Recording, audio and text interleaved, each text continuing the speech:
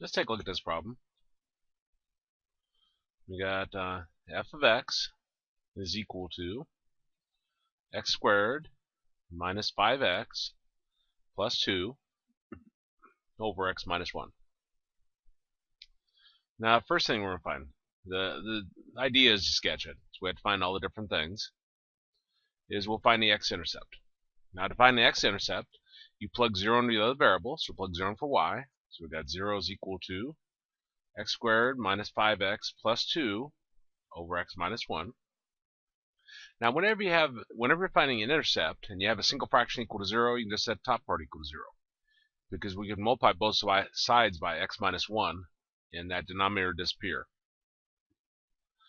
Okay, well at this point, I could use my calculator to help me find the intercepts, or I could use quadratic formula. I'm going to use calculator. I'm going to go to y equals, press clear. I got x squared minus 5x plus 2, and I'll down arrow and put 0 on y2. This process doesn't work if you don't have 0 on y2. Now I'll do a second trace, choose intersect.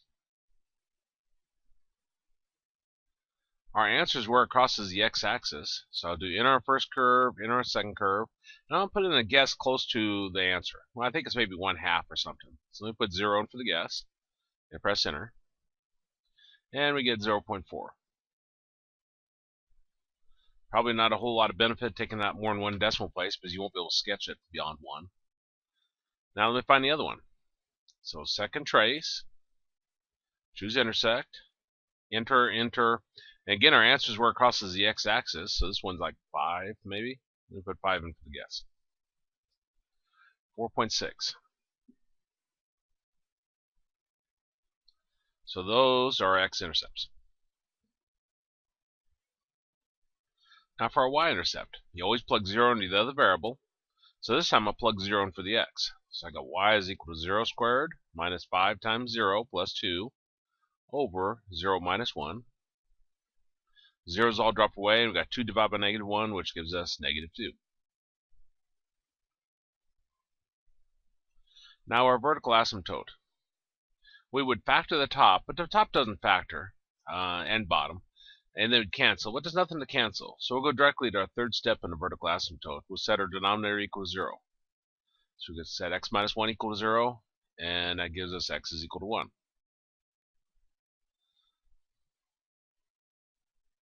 Now, a horizontal asymptote. Degree is the largest power of x. Degree of the top is 2. Degree of the bottom is 1. When your degree of the top is larger, there is no horizontal asymptote. But on this one, there is a slant asymptote. When your degree of the top is exactly 1 larger than the bottom, that's when you have a slant asymptote. And we're going to use long division. So x minus 1 will divide that into x squared minus 5x plus 2. Remember, you look at the first term of each, decide what to put up on top. You ask yourself what times x gives you x squared, and that'd be x. Now, whatever you put up on top, you multiply by what's on front. X times x is x squared. X times negative 1 is negative 1x. We're going to subtract that line, which means flip signs. So this becomes negative, and this becomes positive. X squared minus x squared drops away. Negative 5x plus 1x gives us negative 4x, and then I'll bring down the plus 2. And again, we look at the first term of each, decide what to put up on top. You ask yourself what times x gives you negative 4x, and that'd be negative 4. Whatever you put up on top, you multiply by what's out in front. Negative 4 times x is negative 4x. Negative 4 times negative 1 gives you a positive 4. We're going to subtract that line when we flip signs. So this becomes positive, this becomes negative. Negative 4x plus 4x drops away. 2 minus 4 is negative 2. Now the degree of negative 2, degree is the largest power of x. There is no x, so it's 0. The degree of x minus 1 is 1. When the degree of this is less than what you're dividing by, then this is your remainder. So we'll cross that off. And our slant asymptote then is this right here. So y is equal to x minus 4 is our slant asymptote. Okay, well, let's look at increasing, decreasing, mins, and maxes. We've got y is equal to x squared minus 5x plus 2 over x minus 1. We need to find derivative. This would be the quotient rule. Top part will be p, bottom part will be q. We need p prime. The derivative of x squared minus 5x plus 2 is 2x minus 5. We also need q prime. The derivative of x minus 1 is 1. Now our formula for the quotient rule is p prime q minus p q prime over q squared.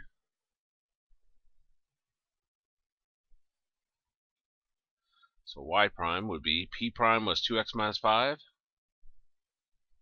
times q, which is x minus 1, minus p, which is x squared minus 5x plus 2 times q prime, which is 1, all over q squared. Well, 2x times x is 2x squared.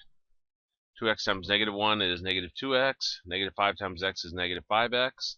Negative 5 times negative 1 gives you a positive 5. Now remember, a negative in front of a parentheses flips the sign of everything inside. So that's the flip sign of the x squared, negative 5x, and the 2. So we're going to have a negative x squared plus 5x minus 2 all over x minus 1 squared. Okay, we'll do some combining of like terms. We've got 2x squared minus x squared. So it'll give us x squared. We have negative 2x and negative 5x is negative 7x plus 5x gives us negative 2x.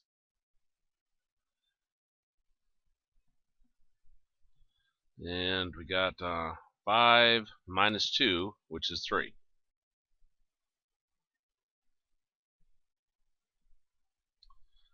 Let me double check that. X squared. Yeah. Okay. And then this is x minus 1 squared. The reason I was double checking it is if signs have been a little bit differently, this would have factored nice, but it doesn't look like it's going to factor. Assuming I didn't screw up anywhere. Let me double check. Okay. It's kind of early in the morning for me. Yeah, it looks good. Okay. Well, this is our derivative. So to find our critical values, we're going to set our top part equal to 0. X squared minus 2x plus 3 equal to 0. We'll set our bottom part equal to 0. Well, I'm not going to use quadratic formula on this. I'm going to go use calculator. So do y equals clear x squared minus 2x plus 3. And do second trace, choose intersect. And no need to go further because it doesn't cross the x-axis. So there's no critical value from that. Well, in this one, if we did this by hand, use quadratic formula, we'd end up with imaginary numbers. Well, if you have parentheses to a power equal to 0, remember you said what's inside the parentheses equal to 0? So we get x is equal to 1. So that's our only critical value. Clear over here is negative infinity. Clear over here is positive infinity. We do our test cases. Choose something between negative infinity and 1, like 0. Something greater than 1, like 2. Now we want to plug them into our derivative and see what our sign is. Here's our derivative. Probably can do this by hand. I don't need to use a calculator. Because the bottom part's squared. So we can ignore that. Anytime you got a part that's always positive, you can ignore that part. So we put 0 on top part. 0 squared minus 2 times 0, those drop away. Plus 3 means this is increasing. If I put 2 up here, 2 squared is 4, minus 2 times 2, that's 4. 4 minus 4 is 0, plus 3 is positive, so that's increasing. That's interesting. Let me double check. What if I put 5 in here? 25 minus 10 plus, that's positive. Looks like it's always positive. Okay, so it's increasing from negative infinity to 1. and then it's increasing from 1 to positive infinity. Well, now we're ready to graph this. See what in the world this looks like.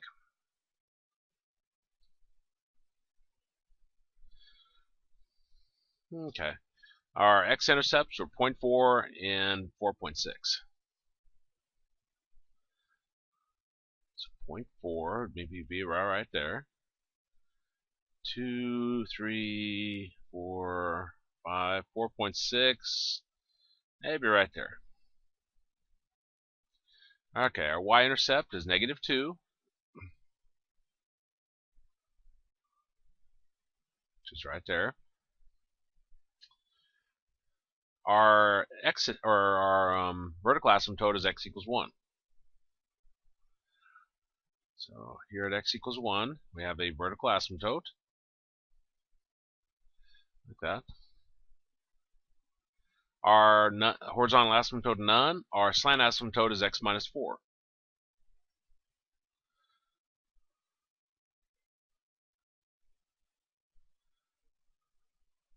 Okay.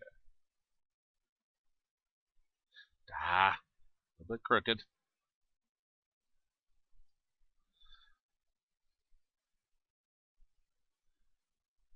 Okay, so that's what we got. And it's increasing. Well, to begin with, I know that the graph is not down here. It would be increasing, but then it'd change to decreasing.